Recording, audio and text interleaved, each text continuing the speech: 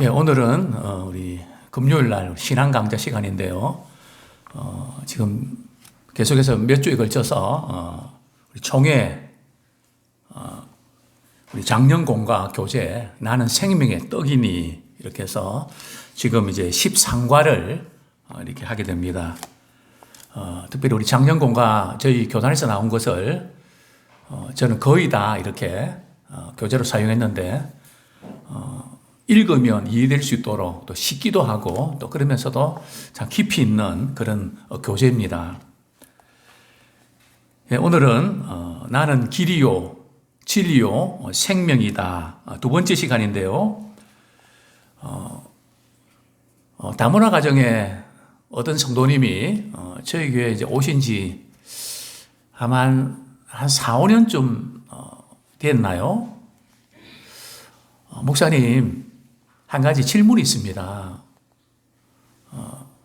어떤 게 궁금하십니까? 이랬더니, 교회에서 목사님이 설교하시는데, 어떤 때는 하나님 믿으라 했다가, 어떤 때는 예수님 믿으라 하고, 또 어떤 때는 또 성령님을 의지하라 그러고, 도대체 뭘 믿어야 될지 모르겠어요. 다 믿느라고 하지만, 헷갈려요. 사실은 그럴 수 있습니다. 이것을 이제 신학적으로는 삼위일체 하나님이라 그러죠. 용어 자체도 상당히 참 어려운 그런 부분인데요. 이 교리는 대단히 중요합니다. 왜냐하면 뭐 여호와의 증인이라든지 또 이단이라든지 바로 여기에 이제 문제가 있거든요. 어떤 이단들은 예수님은 사람이다. 4대 성인 중에 한 사람이다. 선지자 중에 한 사람이다. 그렇게 이야기하거든요. 또 어떤 분들은 예수님은 그저 하나님이시지 사람은 아니다. 뭐 그런 분도 있고요. 그래서 예수님이 어떤 분이신가에 따라서 이단인가 아닌가. 그래서 특별히 요한 1세 보면 예수님께서 이렇게 인간의 몸을 입고 오신 거, 그 아들을 시인하면 또 부인하면 그 부분을 가지고 이제 중요한 교리적인 문제를 좀 다루고 있는데요. 자, 어쨌든 오늘 성경에 보면 아버지라는 단어가 나오죠, 그죠? 또 아들이라는 단어가 나오고요. 그러면 성령님은 어디 나옵니까? 우리 요한복음 14장 26절 말씀 한번 같이 읽겠습니다. 요한복음 14장 26절 시작. 보혜사 곧 아버지께서 내 이름으로 보내실 성령 그가 너희에게 모든 것을 가르치고 내가 너희에게 말한 모든 것을 생각나게 하리라. 그죠? 여기 보면 성령이 나오죠. 자, 우리 교환 우리 96페이지 들어가겠습니다. 자, 첫 번째 큰 활자 우리 같이 한번 읽겠습니다. 시작. 예수님은 하나님의 아들이십니다. 예수님은 하나님의 아들이십니다. 우리 관찰 질문 1번. 예수님은 하나님을 어떻게 부르셨습니까? 내 아버지라고 부르셨죠. 예수님은 하나님의 아들이십니다. 우리 삼위일체 하나님, 그죠? 성부, 성자, 성령, 삼위. 세 가지 위격을 갖고 있는 하나님이시라는 거죠. 어떤 면에서요? 신성, 능력, 지혜, 영광이 완전히 동일하신 한 분 하나님이라고 가르치십니다. 그죠? 삼위께서는 서로 구별되지만, 그죠? 삼위는 서로 구별되지만, 아버지, 아들, 성령, 그죠? 완전히 동일하신 한 분 하나님이십니다. 이러한 삼일째 하나님은 인간의 유한한 이성으로는 이해할 수 없는 신비한 방식으로 존재하십니다. 이것을 삼일째 하나님에 대해서 여러 가지로 설명을 하는데 우리가 이해하기는 좋지만 사실은 우리가 인간의 이성으로 설명한다는 것은 대단히 어렵습니다. 자, 여기서 이제 오늘 하나님의 독생자라고 하는 말씀, 그죠? 우리 요한복음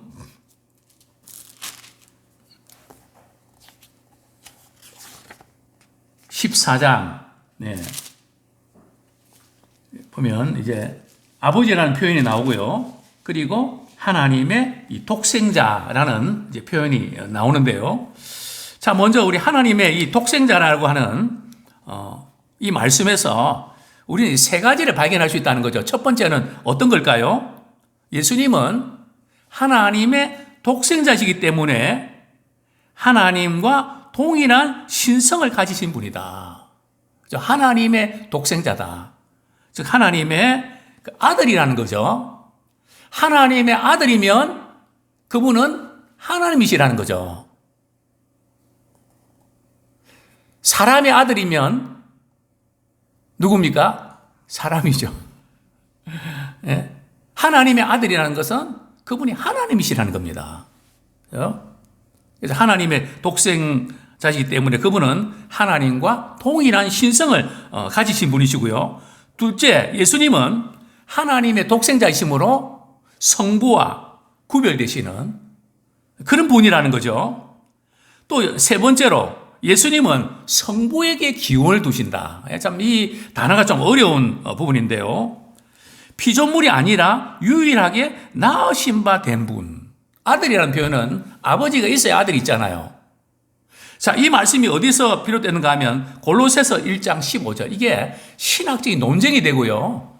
굉장히 이제 기독론 논쟁으로 굉장히 치열한 그런 대립을 했던 이슈인데요. 골로새서 1장 15절.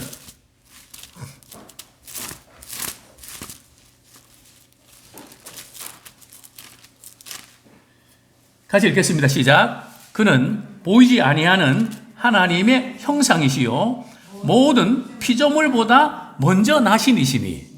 그죠? 모든 피조물보다 먼저 나신이다. 여기 먼저 나신 분이 바로 성자 하나님이시라는 거거든요. 그죠? 우리가 생각하는 이렇게 낳았다 하는 부모가 우리를 낳았다 하는 그런 개념은 아니고요. 하나님에게서부터 근원을 두고 있다는, 그래서 성부에게서 근원을 두고 있다 그런 표현인데요. 처음과 끝이 없으신 영원하신 하나님.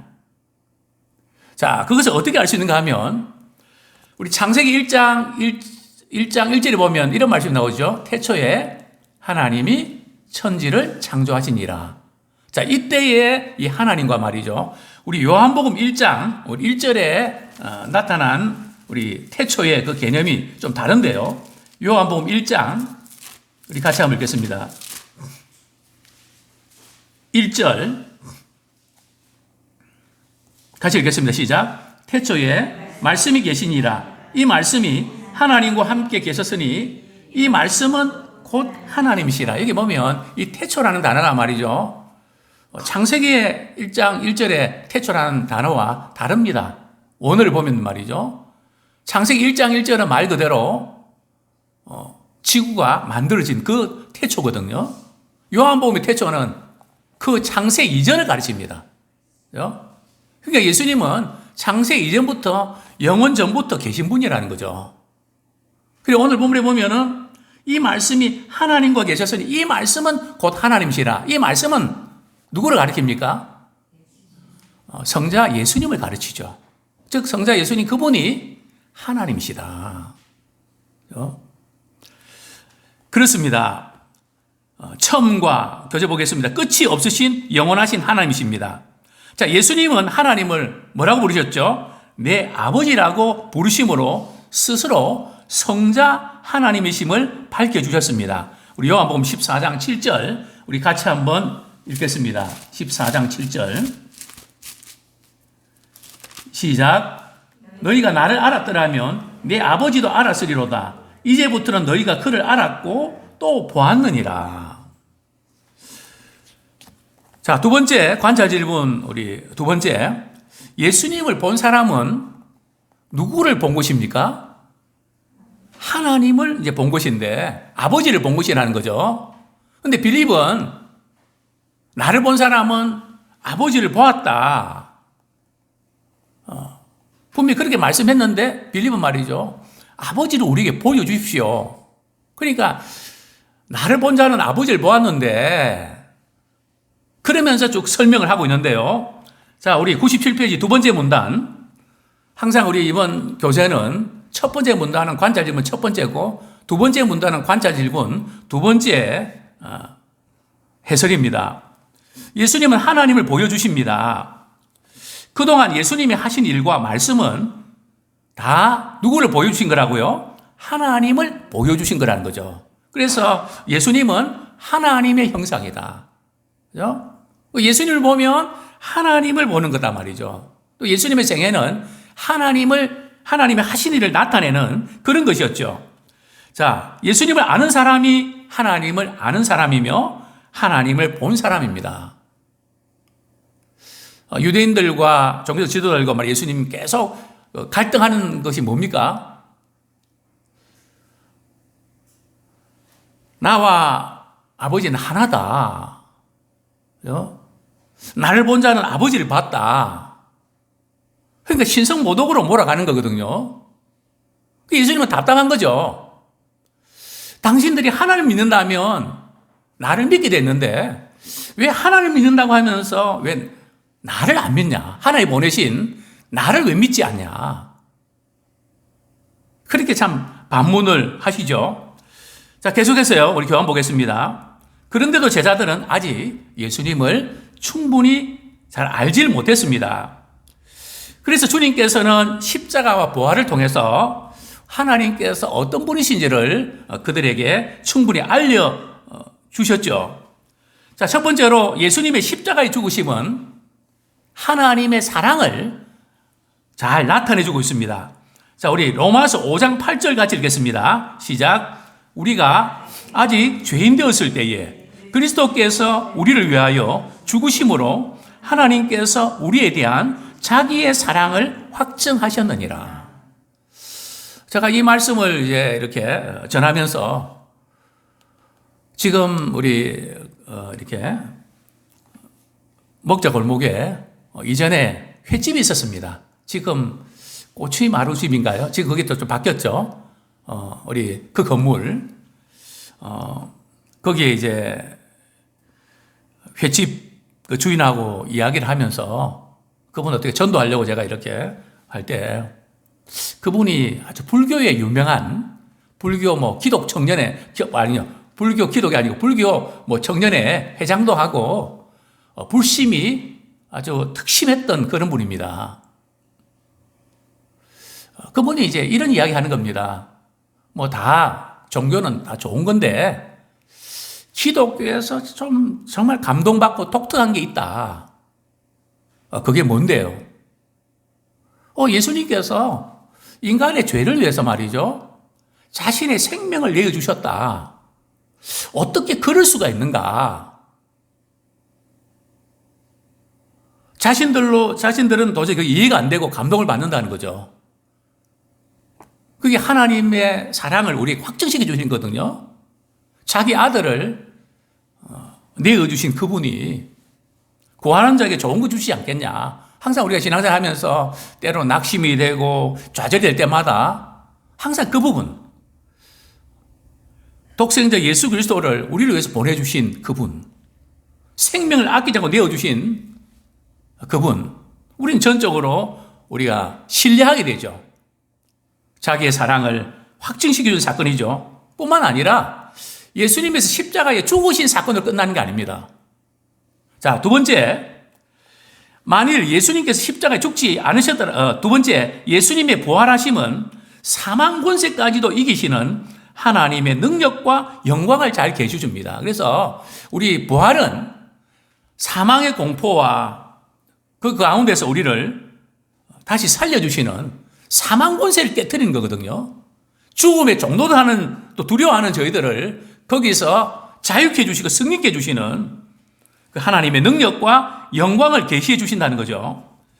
만일 예수님께서 다시 살아나지 못하셨으면 우리의 믿음도 헛것이라는 거죠. 우리를 다시 살리실 하나님의 사랑과 능력에 대해서도 의심하게 되었을 것입니다. 자, 두 번째 우리 같이 한번 읽겠습니다. 시작. 하나님 아들은 구원의 길이 되십니다. 첫 번째는 예수님은 하나님의 아들이시고요. 두 번째는 그 하나님의 아들은 구원의 길이 되신다는 거죠. 내가 곧 길이요 진리요 생명이니, 즉 구원의 길이 된다는 거죠. 자, 관찰 질문 세 번째, 빌립은 예수님께 무엇을 요청하였습니까? 아버지를 우리에게 보여달라고, 그죠? 아버지를 우리에게 보여달라고 이렇게 질문하죠. 자, 예수님께서 하나님의 아들이시기 때문에 구원의 길이 되십니다.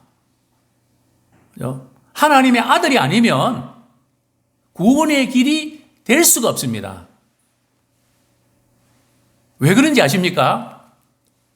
만약에 예수님이 하나님이 아니시면 죄가 있는 사람이 죄인을, 그 죄를 담당할 수가 없거든요. 죄가 하나도 없으셔야 됩니다. 이 세상에 태어난 모든 사람들 죄가 없을 수가 있나요? 없지요. 죄가 없으신 분은 하나님 한 분밖에 안 계십니다. 또 하나님께서 인간의 몸을 입고 오셔서 우리의 죄를 대신 담당하셨죠. 그렇기 때문에 예수님은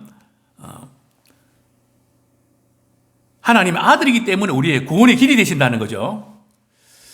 만일 예수님께서 단지 사람일 뿐이셨다면 그의 피에는 아무런 능력이 없었을 것입니다. 왜냐하면 아무리 거룩한 사람이라도 하나님 앞에는 죄인이기 때문에 그렇죠.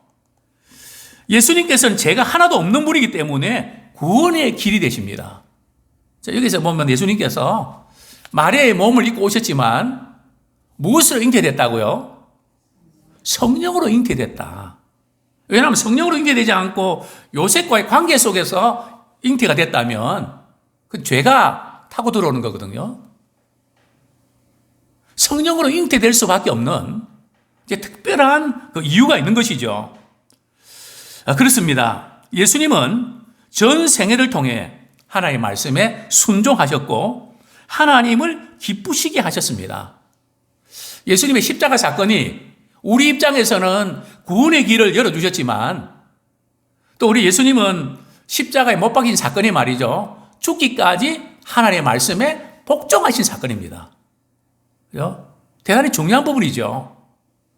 우리도 하나님의 말씀에 순종하는데 조금 힘이 들고 또 꾀가 생기고 뭐 그럴 때도 있지만 예수님은 죽기까지 우리를 구원하시기 위해서 말씀에 복종하셨는데 나는 어떤가? 우리는 돌아보게 됩니다. 그래서 예수님께서 말씀하셨죠. 이렇게 하신 이유는 율법의 요구, 그죠? 그걸 다 이루시기 위해서, 우리의 죄값을 다 치루시기 위해서 우리 예수님께서는 십자가에 못 박힌 사건입니다. 자, 계속해서요. 그래서 주님의 보혈에 죄사함의 권세가 있습니다. 그죠? 그래서 우리가 주님의 보혈의 찬양 드릴 때에 참 죄사함의 그런 은혜를 우리가 경험하게 되고 또 보혈의 능력을 경험하게 됩니다. 그러므로 십자가 구원을 확신하기 위해서는 먼저 하나님, 예수님께서 하나님의 아들이심을 확신해야 됩니다. 간혹 이제 이렇게 제가 목회하면서 우리 성도를 보면 자신이 못하면 예수님도 못하신다고 믿어버립니다. 또 어떤 분은 예수님은 하나님이시기 때문에 우리 형편과 사정을 모르신다고 생각합니다. 그렇지 않습니다. 예수님은 우리가 겪는 모든 것들을 다 겪으셨습니다. 그죠? 그러나 죄가 없으신 분이지 목마르셨고 피곤하시고 고통을 느끼셨고, 그죠? 모든 것을 다 담당하셨습니다. 그래서 우리는 예수 그리스도 그분을 믿는 자 되기 원합니다. 어떤 분은 나는 예수님을 믿는데, 예수님이라는 인성을 의미하죠. 우리는 예수 그리스도를 믿어야 됩니다. 그리스도의 신성, 참 하나님이시면서 참 인간이신 그분을 우리가 믿는 자가 되길 원합니다. 만일 예수님께서 하나님의 아들이 아니었다면 예수께서 유일한 구원의 길이 되신다는 이 선언은 근거 없는 공허한 말에 불과합니다. 그죠? 구원의 길이 될 수가 없는데, 또 내 아버지 집에 거할 것도 공허한 약속이 되고 마는 거죠. 그러나 예수님은 하나님의 아들이십니다. 하나님과 동일한 신성을 가진 분이시기 때문에 유일한 구원의 길이 되십니다. 저는 이제 목회하면서 참 예수님의 이름의 권세가 참 얼마나 놀라운지를 목회 현장에서 많이 발견합니다. 성경에 물론 그것이 많이 강조되어 있지만 이전에도 그런 말씀을 제가 드린 적이 있습니다. 역삼동에서 목회할 때에 그 동사무소 직원 중에 아내가 말이죠. 영적으로 굉장히 공격을 받아서 남편이 참 직장을 그만둘 정도로 도저히 생활 자체가 불가했습니다. 상담하기 위해서 그분이 왔는데요. 그분이 믿음 있는 것도 아니고 그래서 제가 기도문을 하나 써줬습니다. 밤에 너무 시달리고 이럴 때 기도문을 읽어주십시오. 그리고 그 다음날 이제 찾아왔습니다. 근데 제가 A4 용지에다가 써드렸는데 희한한 것은 말이죠. 예수님이라는 단어의 말이 전부 다 그냥 날카로운 목 같은 거로 다 찔는 거 있죠. 예수 이름이 들어가면 못 견딘다는 거죠. 원수 마귀가 무서워하는 것은 우리의 의지나 우리의 선행이 아니고요. 내 안에 계신 내가 믿고 있는 예수 그리스도 그분을 보고 두려워서 도망을 치는 겁니다. 그래서 우리가 예수 이름의 권세로 선포하지 않습니까? 저는 목회 현장에서 정말 이 예수님의 그 이름을 선포할 때에 참 어둠의 영들이 그늘의 영들이 사망의 그늘이 떠나가는 정말 그런 현장들을 많이 목격하게 됩니다. 그냥 예수님 하나님의 아들이다, 유일한 구원의 길이다 이 뿐만 아니라 실제로 그런 놀라운 역사들이 일어납니다. 그때나 지금이나 마찬가지입니다. 예수님께서 하나님의 아들이시기 때문에 그 피에 우리 죄를 얼마든지 씻을 수 있는 대속의 능력이 담겨 있습니다. 그렇기 때문에 어제도 말씀드렸지만 우리가 과거에 자녀한테 잘못한 거, 남편한테 잘못한 거, 또 누구한테 잘못한 거 있을 것입니다. 그래서 그것이 늘 마음에 가책이 되고 자책감에 생각할 때마다 마음이 아프고 힘들 때가 있을 겁니다. 부모의 마음은 그런 거 아닙니까? 좀 더 내가 잘했으면 이 일이 없었을 텐데 그게 부모의 심정 아닙니까? 그러나 그 모든 것까지도 주님의 보혈은 모든 우리의 죄를 다 씻을 수 있습니다. 물론 과거에 우리가 잘못한 거 우리가 인정하면서 다 씻음받고 이제 우리가 살아있는 동안에 돌아가신 분이 있다면 또 다른 대상에게 그 사랑을 나눌 수 있지 않습니까? 저 같은 경우는 참 부모님, 이렇게 저희 아버님이 여행을 좋아하셨는데 좀 이제 어느 정도 시간이 지나면 좀 여행을 좀 이렇게 하게 해드려야 되겠다 했는데 그 사이에 돌아가셨단 말이죠. 저는 그 사랑을 그 당시에 섬겼던 우리 권사님들, 그분을 부모님으로 생각하고 사랑으로 섬겼습니다. 우리 얼마든지 그 죄책감에서 시달릴 것이 아니라, 그죠? 주님의 보혈의 능력으로 그 잘못한 걸 인정하면서 계기로 삼고 정말 주님의 은혜 받은 기회로 삼고 간증의 기회로 삼고 우리 남은 삶을 더 잘하길 원합니다. 계속 그 연장선에서 말이죠. 늘 그렇게 시달리지 마시고 주님은 우리에게 그렇게 하라고 십자가 지신 게 아니고요. 이제는 밝고 환하게 기쁘게 살아가라고 보혈을 흘려주셨던 것입니다. 예수님께서 하나님의 아들이심을 믿는 사람이 구원을 얻습니다. 우리 관찰 질문 네 번째, 예수님은 무엇이라고 대답해 주셨습니까? 나를 본 자는 아버지를 보았다. 내가 아버지에 거하고 아버지 안에 거하고 아버지가 내 안에 계신 것을 너희가 왜 믿지 않느냐? 나를 본 자는 아버지를 보았다. 내가 아버지 안에 거하고 아버지가 내 안에 계신 것을 왜 믿지 않느냐? 우리가 예수님 안에 거하고 또 우리 예수님 우리 안에 거하시면 우리의 삶을 통해서 예수님을 보여주는, 나타내는 그런 우리가 되기 원합니다. 똑같은 원리죠. 예수님께서 우리 하나님을 보여주시는 그 원리가 그 안에. 자, 첫 번째로 하나님께서 내 사랑한 아들아. 예수님께 세례요한에 세례 받으실 때 말이죠. 하늘 문이 열리면서 이는 내 사랑하는 아들이요 내 기뻐하는 자다. 내 사랑하는 아들이다. 내 기뻐하는 자다. 저는 이것이 예수님에게만 해당되는 것이 아니라 우리 예수 믿는 사람들의 정체성입니다. 예수 믿는 사람은 늘 우리가 좌절하고 낙심할 때마다 너는 내 사랑하는 아들이다. 딸이다.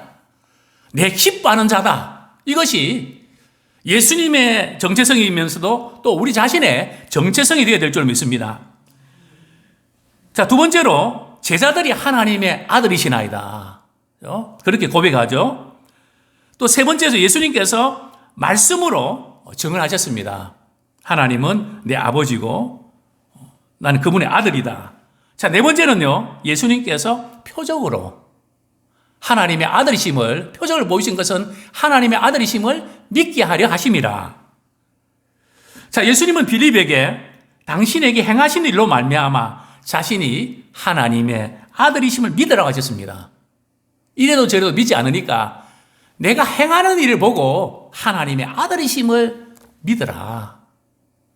그렇게 말씀하셨던 것이죠. 그럼에도 불구하고 제자들은 예수님께서 하나님이심을 믿지 못했습니다. 뭔가 믿는 것 같은데 되돌아서면 좀 긴가민가하는 그런 모습들을 보게 되죠. 그들은 아직 주님에 대해서 무지했고 또 마귀의 공격을 이길 수 있는 힘이 없었던 것입니다. 그러나 하나님께서는 성령님을 보내주셔서 택한 백성의 마음속에 예수님을 증언해 주십니다. 우리가 지금 예수님을 하나님의 아들로 믿을 수 있는 것은 말이죠. 예수님이 부활 승천하시고 약속하셨죠. 보혜사 성령님을 보내주시겠다고. 지금은 보혜사 성령님께서 예수님이 하나님의 아들이신 것을 믿게 해주십니다. 단순히 우리가 이성적으로 말이죠. 그렇게 동의하는 정도가 아니고요. 성령께서 우리로 하여금 예수님은 하나님의 아들이심을 도장을 찍어주는 것처럼 확실하게 믿게 해주십니다. 자, 세 번째로 같이 읽겠습니다. 예수님은 신자에게 복음 사역을 맡기셨습니다. 자, 관찰 질문 다섯 번째. 예수님께서 신자에게 무엇을 약속해 주셨습니까? 나를 믿는 자는 내가 하는 일을 그도 할 것이요 또한 그보다 더 큰 일을 할 것이라. 자, 여기에서 나를 믿는 자는 내가 하는 일을 그도 할 것이고 그보다 더 큰 일을 한다는 이게 무슨 뜻일까요? 어떤 분들은 이 더 큰 일이 표적과 능력을 좀 강조하는 경향이 있는데 그런 의미라기보다는 복음 사역입니다. 예수님의 복음 사역은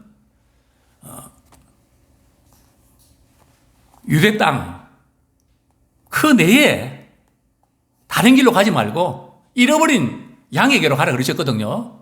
그러나 오순절에 성령 충만을 받고 제자들은 말이죠. 또 오늘날은 세계 선교를 향해서 말이죠. 복음 사역을 감당하지 않습니까? 그것을 이제 말씀해 주고 계신 것이죠. 자, 우리 101페이지 보겠습니다. 자, 관찰 질문 여섯 번째. 주님의 일을 하기 위해서 무엇을 해야 합니까? 기도해야 함. 우리 복음 사역을 위해서 반드시 우리 해야 될 것은 기도입니다. 주님은 더 큰 복음 사역도 하게 될 것을 약속해 주시면서 무엇이든지 기도하면 들어주시겠다고 약속하셨습니다.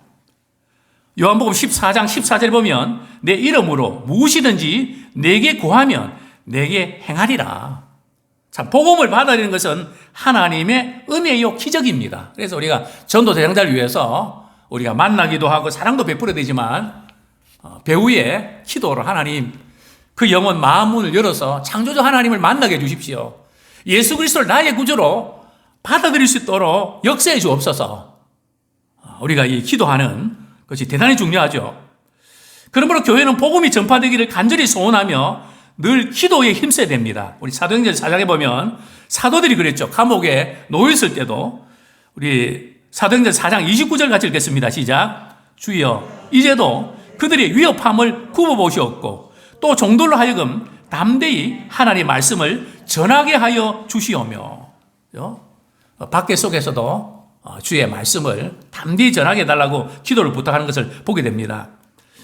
모든 신자들은 하나님의 동력자로 부름받은 세상에서 가장 영광스러운 사람들입니다.